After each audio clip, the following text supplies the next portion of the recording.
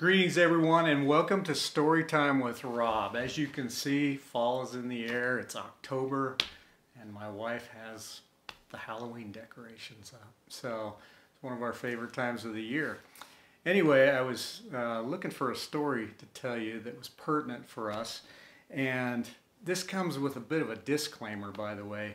Do not attempt this at home, okay? Whatever you do. This is a story, a Paul Harvey story that I found, and it's a true story, and I hope you enjoy it. It's called A Potion for the Plague. It was the middle of the night, and a French soldier was standing in the dark street, knocking at the door of a dry goods store, the Farina Brothers establishment. By the way, this was the city in Western Germany during the mid-18th century. Wartime accounted for the presence of a French soldier and the Farina brothers. Both of them were named Johann and Johann Maria, and the other Johann Baptist. The brothers had come to Germany from Italy early in the century, had started selling silk goods in 1709. This was quite a while ago. 2 decades passed. The Farina brothers' enterprise grew. By then, Johann Maria had begun making a strange potion from a secret formula. And as a way of expanding the family business, he had begun selling the potion, Aqua Admirabilis, he called it. Even after the brothers Farina had passed away, their dry goods business survived, and so did the secret formula. So a French soldier was standing in the doorway of that same dry goods store in the middle of the night, banging on the door.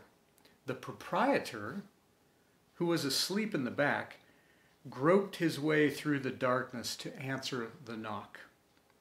"What is it?" he asked the Frenchman, and the Frenchman, struggling with the German language, told the shopkeeper the rest of the story. Back in camp, one of his comrades was very ill. "May even be Black Death," he said.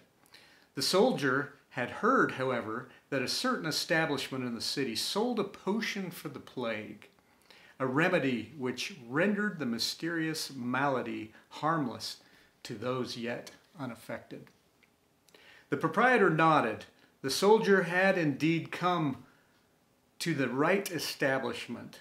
There was a supply of formula already mixed.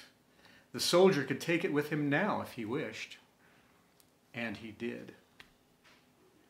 For months to come, similar transactions would be conducted at the Farina brothers' shop. More French soldiers, other foreign troops as well, for those were the years of the 7 Years' War, one of the history's most incredible conflicts.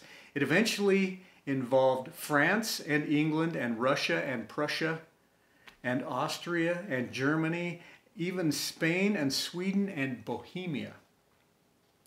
That city in Western Germany was visited by a great many foreign troops, most of whom sooner or later were apprised of the Farina brothers' infection-fighting elixir.